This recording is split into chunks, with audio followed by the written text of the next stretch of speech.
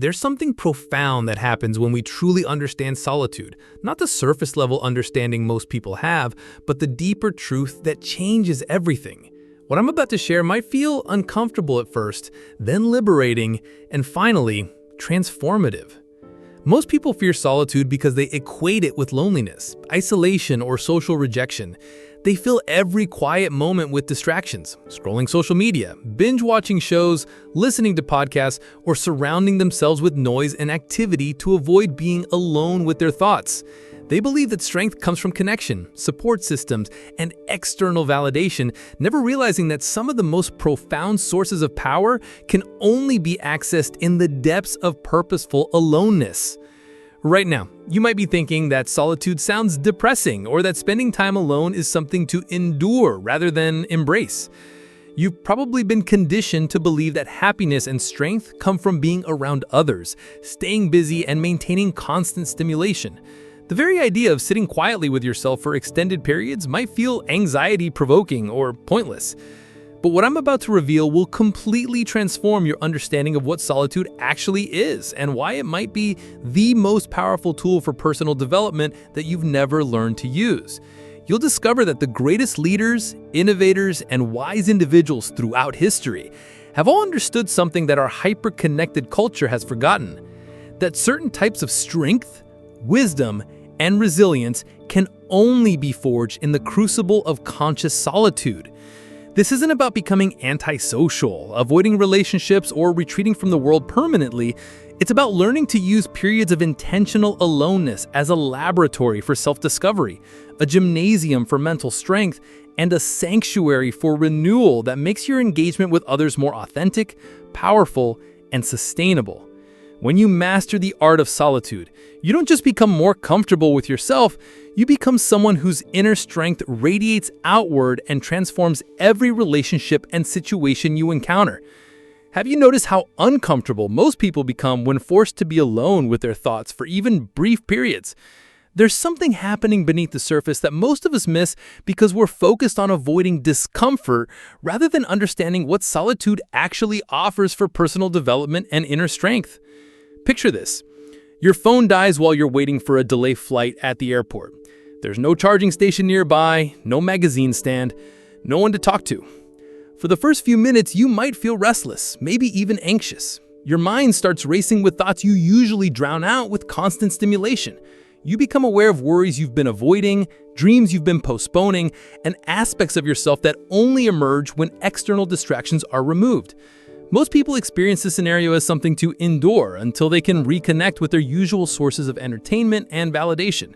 They fidget, look around desperately for something to occupy their attention, or feel increasingly uncomfortable with the silence and stillness. But what they don't realize is that this discomfort is actually the doorway to a profound source of strength that our culture has largely forgotten how to access. The modern world has created what we might call solitude phobia, an unconscious fear of being alone that keeps people perpetually seeking external stimulation, validation, and distraction. We've become so accustomed to constant input that silence feels threatening rather than restorative. We've equated busyness with importance and noise with aliveness, creating lives where we're always reacting to external demands rather than accessing our own inner wisdom and strength. This avoidance of solitude creates a hidden dependency that weakens us in ways we don't even recognize. When you're always responding to external stimuli, messages, notifications, other people's needs and opinions, you lose touch with your own authentic thoughts, feelings, and instincts. You become like a pinball, bouncing between external forces rather than moving through life from a centered, self-directed place. True solitude is different from loneliness or isolation. Loneliness is the painful feeling of being disconnected from others even when they're present. Isolation is being cut off from social connection against your will. But solitude is the conscious choice to spend time alone for the purpose of renewal, reflection, and inner development. It's not about avoiding others.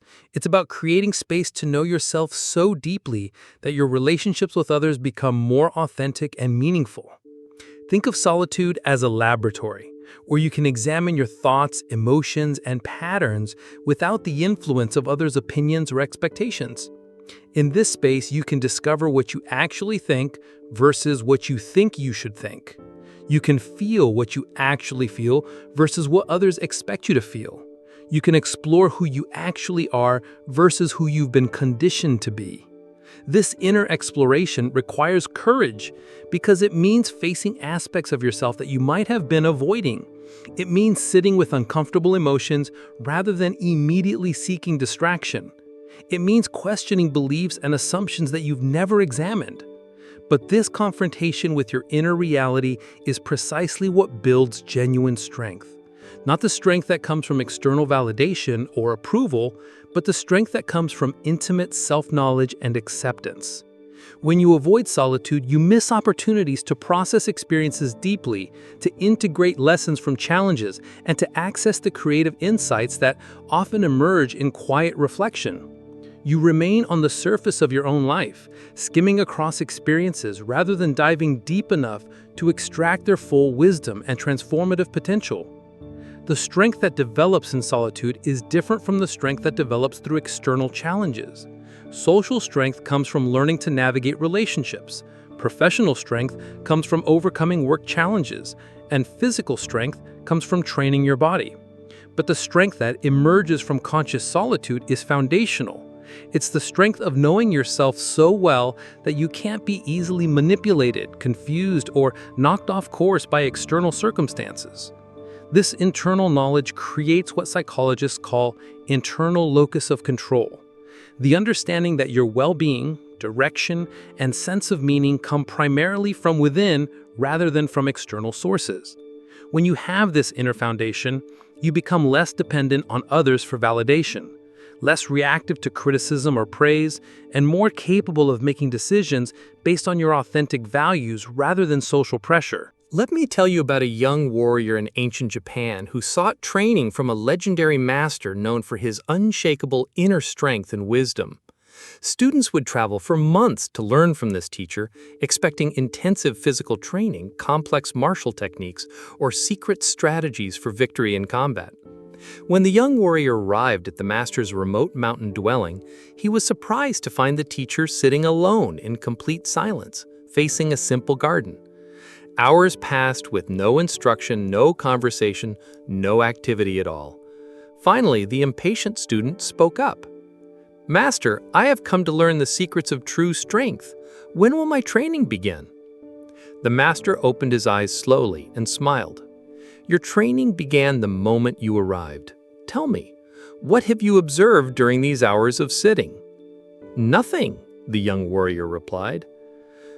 Frustrated, "We've just been sitting here doing nothing. I came to learn action, not inaction." "Ah," the master nodded. "You say you observed nothing, yet in these few hours your mind has experienced frustration, impatience, expectation, and judgment. You've had thoughts about what training should look like, feelings about whether this is worthwhile, and reactions to the silence. How can you say you observed nothing when so much has been happening within you?" Over the following weeks, the master introduced the student to what he called the practice of conscious solitude. Each day they would spend hours in silent sitting, but this wasn't passive waiting, it was active engagement with the inner world that most people never learn to navigate. "In battle," the master explained, "your enemy will try to disturb your mind with fear, anger, or confusion. If you don't know your own mental patterns, if you've never learned to remain centered in your own inner silence, you'll be defeated before you draw your sword. The warrior who knows the landscape of his own mind cannot be conquered by external circumstances." The student gradually learned that solitude was not about emptying the mind or avoiding thoughts, but about developing the capacity to observe internal experiences with the same clarity and composure he would need in external conflicts. In the silence, he began to notice subtle patterns, how certain thoughts created emotional reactions, how memories influenced present perceptions, how his own judgments shaped his experience of reality. Most people, the master taught, are constantly at war with themselves, fighting their thoughts, resisting their emotions, trying to be different than they are. This internal conflict weakens them because they're using their energy to fight against their own nature, rather than understanding and working with it. As the months passed, something remarkable happened. The student discovered that the silence wasn't empty. It was full of subtle currents of awareness, creativity, and wisdom that he had never noticed while his attention was constantly focused outward. In the depths of sustained solitude, he began to access what the master called original mind, the natural intelligence and strength that exists beneath the layers of conditioning, reactivity, and social programming. A tree grows strong not by constantly moving, the master would say, but by sinking deep roots into the earth and drawing nourishment from within. Similarly, the warrior grows strong not by constant action, but by regularly returning to the source of inner strength that can only be accessed in conscious stillness. The student learned that this wasn't about becoming passive or withdrawn from the world. Instead, the periods of intentional solitude made his engagement with others more skillful, authentic, and powerful. When he eventually returned to active life, he carried with him an unshakable center that couldn't be disturbed by external chaos or pressure. Years later, when the student had become a master himself, he understood that the most profound teaching he had received wasn't about fighting techniques or strategic thinking. It was about the courage to face himself completely in solitude, to befriend his own mind, and to discover the inexhaustible source of strength that exists within every person who learns to access it through conscious aloneness. This ancient wisdom reveals something crucial about the relationship between solitude and strength. The most profound power doesn't come from dominating external circumstances, but from developing such intimate knowledge of your own inner landscape that you can remain centered and responsive regardless of what happens around you. Here's what transforms everything about using solitude to build strength. Solitude doesn't weaken your connection to others, it deepens it by teaching you to relate to people from a place of fullness rather than neediness. Most people approach relationships from a place of unconscious dependency, looking to others to fill voids, validate their worth, or provide meaning and purpose for their lives. They fear solitude because they've never learned to be complete within themselves, so aloneness feels like deprivation rather than restoration. But this dependency actually weakens relationships because it puts pressure on others to provide what you can only truly give yourself. Let me tell you about Maya, a successful therapist who found herself feeling emotionally drained and professionally burned out despite loving her work. She was constantly available to clients, friends, and family members who needed support, but she had never learned to replenish herself through conscious solitude. She feared that taking time alone would make her selfish or disconnected from the people she cared about. Maya's transformation began when she started experiencing what she initially interpreted as depression, a persistent feeling of emptiness and disconnection even when surrounded by people. Traditional approaches to addressing these feelings involved seeking more social connection, talking to friends, or engaging in group activities. But nothing seemed to help because the emptiness wasn't coming from lack of external connection, it was coming from lack of internal connection. When Maya finally began spending intentional time in solitude, not just being physically alone, but engaging in conscious reflection, creative exploration, and inner dialogue, something unexpected happened. Instead of feeling more isolated, she began feeling more connected to herself and, surprisingly, more authentically connected to others. In solitude, Maya discovered thoughts, feelings, and insights that never emerged when she was constantly responding to others' needs and expectations. She began to understand her own patterns, motivations, and authentic desires in ways that allowed her to show up in relationships as herself, rather than as who she thought others needed her to be. This shift had a profound impact on her relationships. Instead of feeling drained by giving to others, she began giving from a place of overflow rather than depletion. Instead of seeking validation from clients and friends, she brought a centered presence that was naturally supportive and healing. Instead of avoiding difficult conversations to maintain harmony, she found the courage to be honest about her own needs and boundaries. The revolutionary insight is that solitude builds strength, not by making you independent of relationships, but by making your relationships more authentic and sustainable. When you're comfortable being alone, you choose to be with others rather than needing to be with others. This choice-based connection is much stronger and more satisfying than dependency-based connection. Solitude also reveals the difference between your authentic self and your social self. Your social self is the version of you that's shaped by others' expectations, cultural conditioning, and the desire to fit in or be approved of. Your authentic self is who you are when you're not performing for anyone, not trying to impress anyone, and not managing anyone else's emotions or reactions. Most people spend so much time in their social self that they lose touch with their authentic self entirely. They don't know what they actually enjoy versus what they think they should enjoy. They don't know what they actually believe versus what their social group believes. They don't know what they actually want versus what seems acceptable to want. This disconnection from authenticity creates a profound weakness because it means you're always dependent on external feedback to know if you're on the right track. You become like a ship without a compass, constantly asking others for directions rather than learning to navigate by your own inner guidance.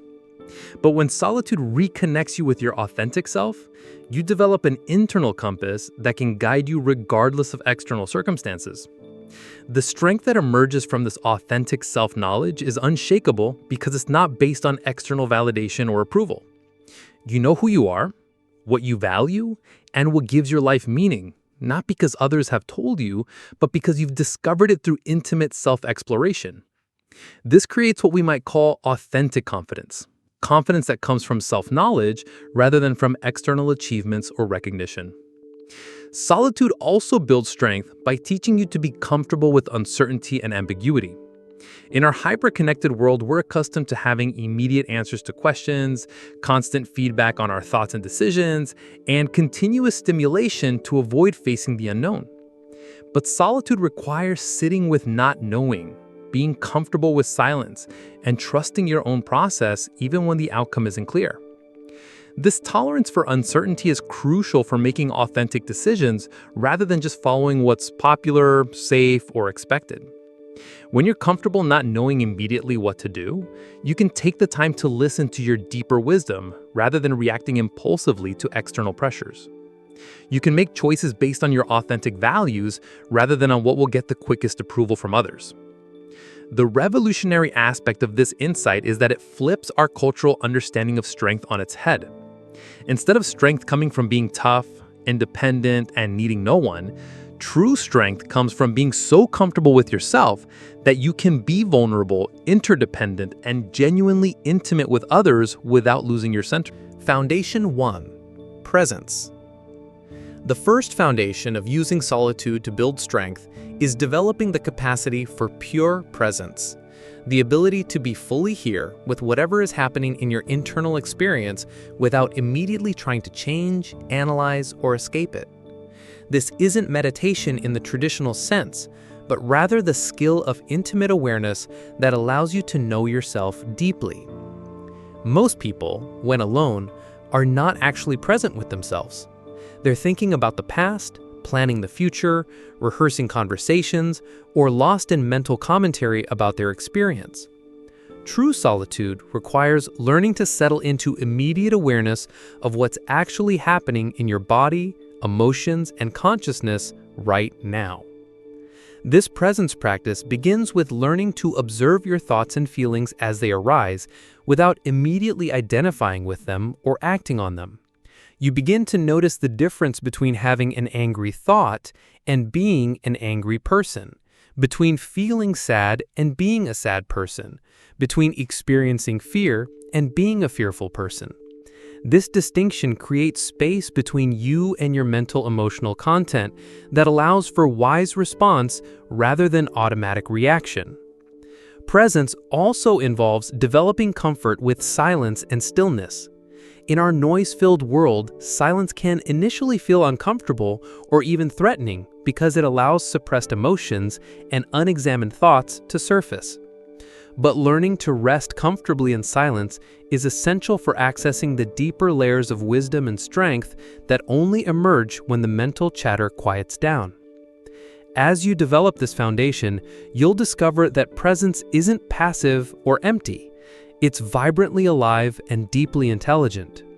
In presence, you can feel the subtle currents of your authentic desires, the quiet voice of your intuition, and the natural flow of creative energy that gets drowned out by constant external stimulation. This presence also teaches you to be genuinely intimate with your own experience rather than always observing yourself from a detached analytical distance. You learn to feel your emotions fully rather than just thinking about them, to sense your body's wisdom rather than just conceptualizing it, and to access your intuitive knowing rather than just relying on logical analysis. Foundation 2. Reflection. The second foundation involves developing the capacity for deep reflection, the ability to examine your experiences, patterns, and choices with honest curiosity rather than harsh judgment. This reflective awareness allows you to extract wisdom from your life experiences rather than just accumulating them unconsciously. Reflection in solitude is different from the mental analysis that most people engage in because it includes emotional and intuitive processing as well as logical thinking. You're not just analyzing what happened and why, but feeling into the deeper significance of experiences and allowing insights to emerge from your whole being rather than just your thinking mind. This reflective foundation includes learning to have honest conversations with yourself about your motivations, fears, desires, and values. Most people avoid this kind of self-honesty because it can be uncomfortable to acknowledge aspects of themselves that don't match their idealized self-image. But this honest self-examination is essential for building authentic strength rather than just maintaining a false persona. Reflection also involves regularly examining your life patterns to understand what's working and what isn't. In solitude, you can see patterns that are invisible when you're caught up in the daily flow of activities and responsibilities. You might notice that you consistently avoid certain types of challenges, that you seek validation in particular ways, or that you make decisions based on fear rather than authentic desire. This foundation develops through practices like journaling, contemplative walking, or simply sitting quietly and allowing your life experiences to reveal their deeper meanings. The goal isn't to solve all your problems through analysis, but to develop the kind of self-understanding that allows you to make increasingly conscious choices rather than just repeating unconscious patterns. As this foundation strengthens, you'll find that you become your own best counselor, able to access inner guidance and wisdom that helps you navigate complex situations with greater clarity and confidence. You develop trust in your own capacity for insight and problem solving, rather than always looking to others for answers. Foundation 3. Creation. The third foundation is learning to use solitude as a space for creative expression and innovation.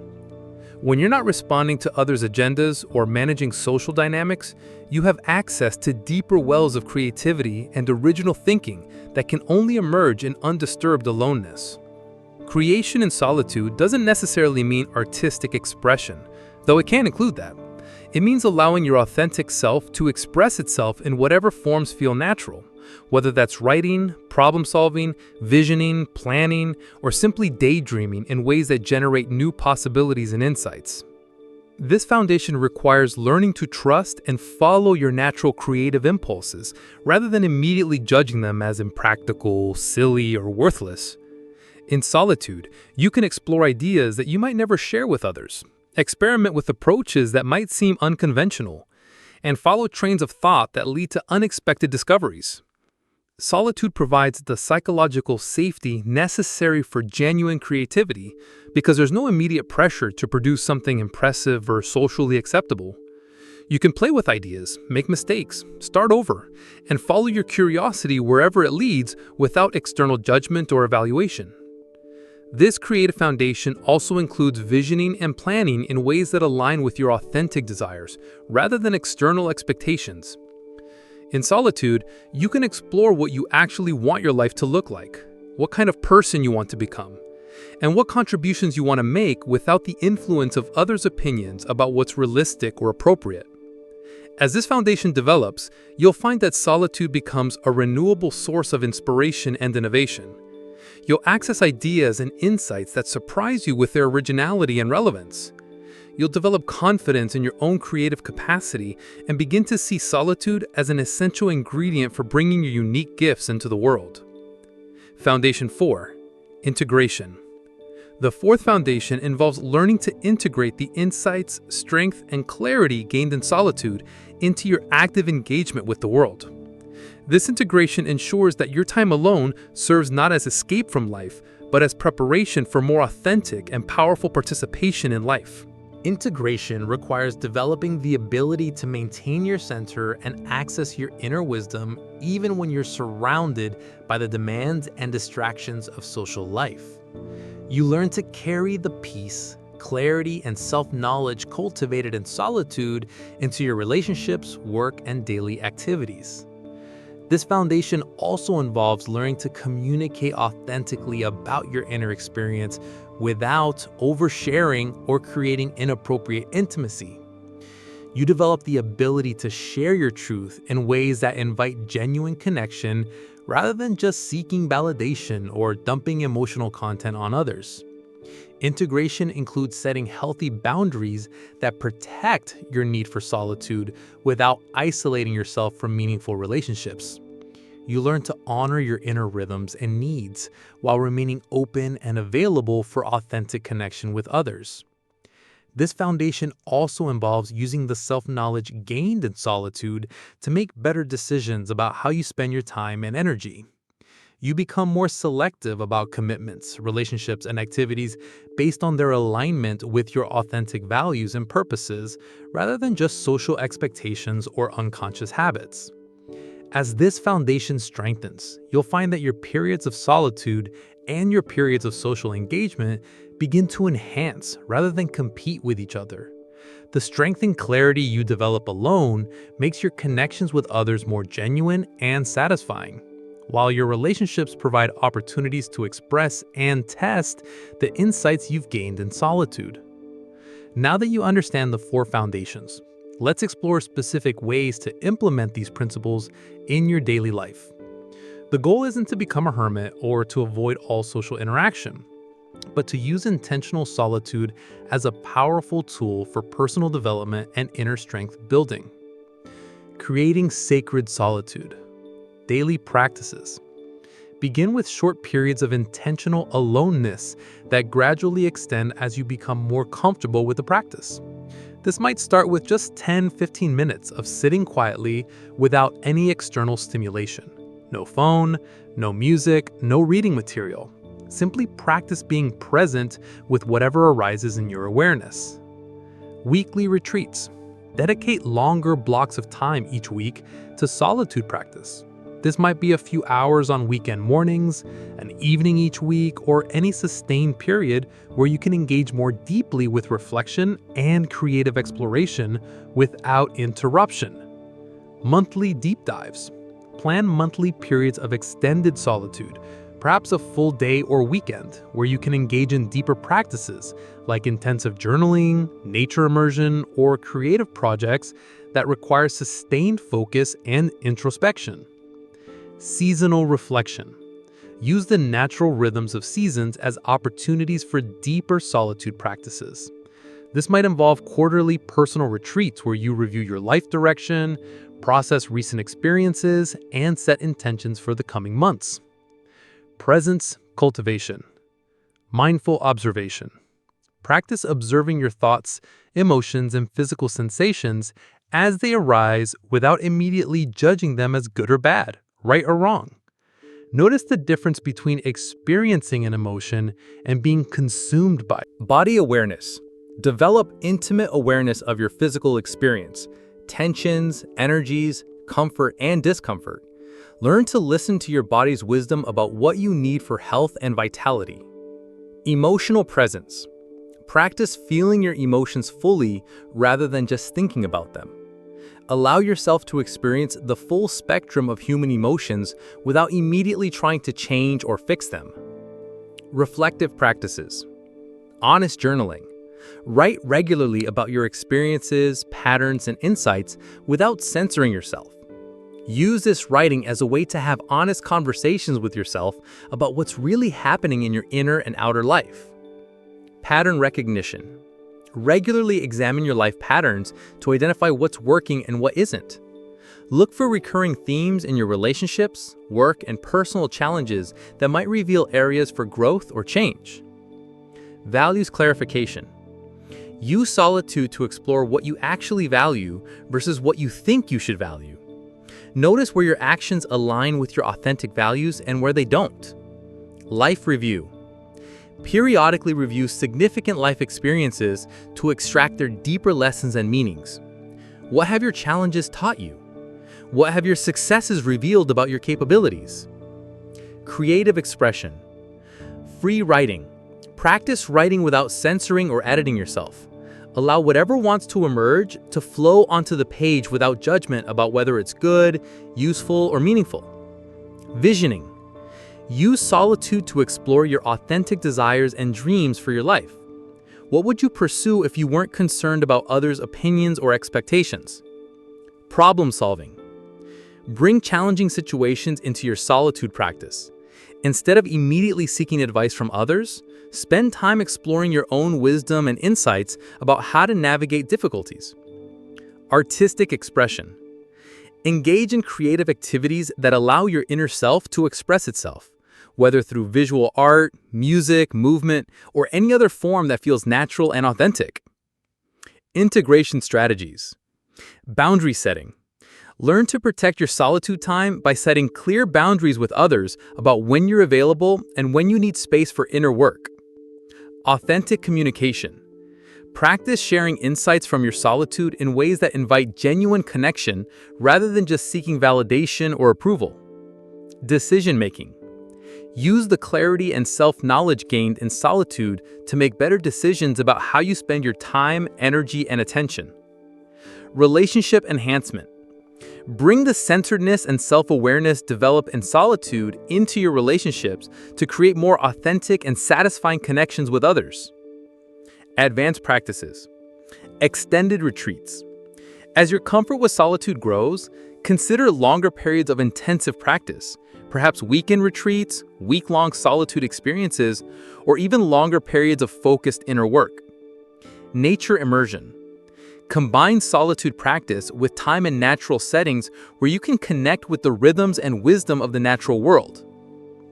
Silent reflection. Practice periods of complete silence where you refrain from speaking, reading, or consuming any external input to deepen your capacity for inner listening. Shadow work. Use solitude to explore aspects of yourself that you've been avoiding or rejecting. This deeper self-acceptance work builds profound inner strength and authenticity. As you consistently practice using solitude to build strength, you'll notice fundamental changes in how you navigate life, relationships, and challenges.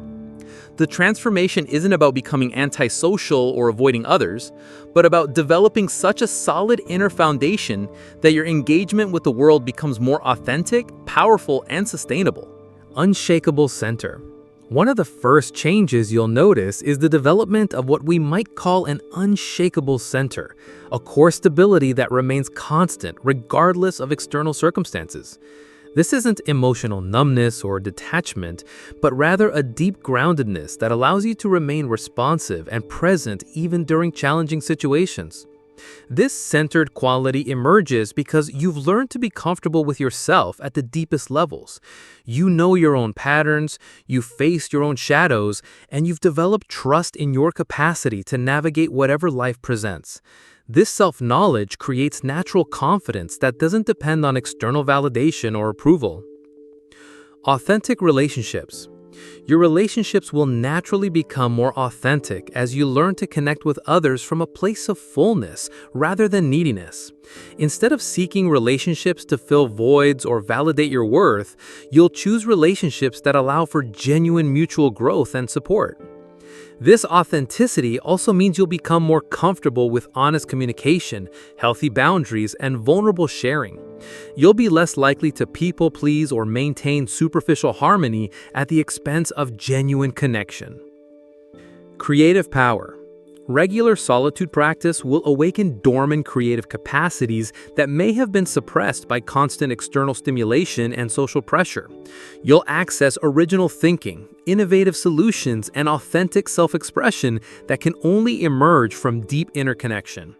This creativity isn't limited to artistic pursuits, but extends to creative problem-solving, life design, and finding unique ways to contribute your gifts to the world. You'll develop trust in your own capacity for insight and innovation. Emotional resilience. The emotional resilience that develops through solitude practice is different from toughness or emotional suppression. It's the capacity to feel deeply while maintaining your center, to be sensitive without being overwhelmed, and to remain open-hearted even in difficult circumstances.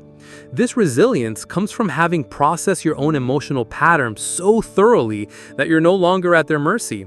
You can feel anger without being consumed by it, experience sadness without being devastated by it, and face fear without being paralyzed by it. Intuitive wisdom. Extended solitude practice develops your capacity to access intuitive wisdom, the kind of knowing that emerges from beyond rational analysis. You'll learn to trust the subtle guidance that arises from your deeper intelligence, and to make decisions that align with your authentic path, even when they don't make logical sense to others.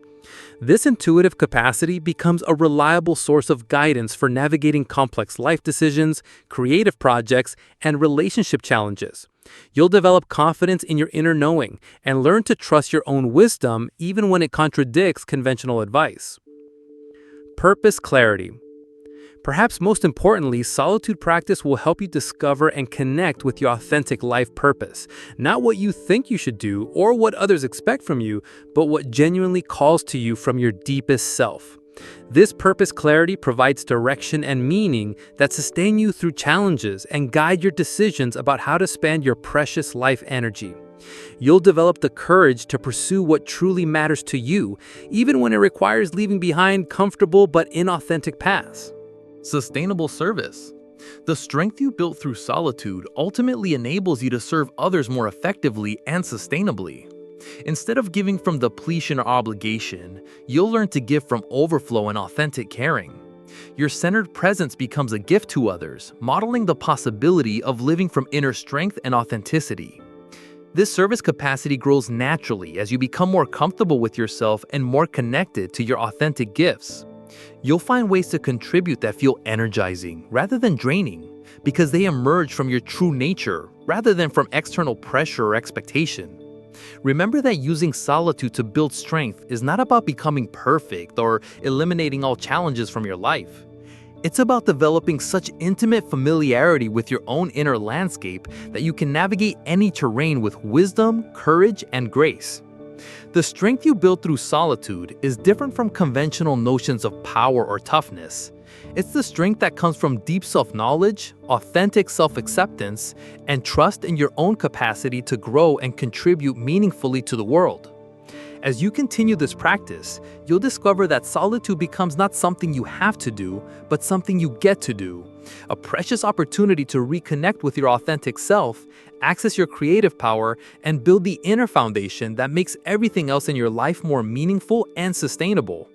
The goal isn't to retreat from the world permanently, but to develop such a strong inner foundation that your engagement with the world becomes more powerful, authentic, and sustainable. When you're comfortable being alone, you're free to choose connection. When you're strong in solitude, you're unshakable in community. When you know yourself deeply, you can love others more freely and serve more effectively than ever before.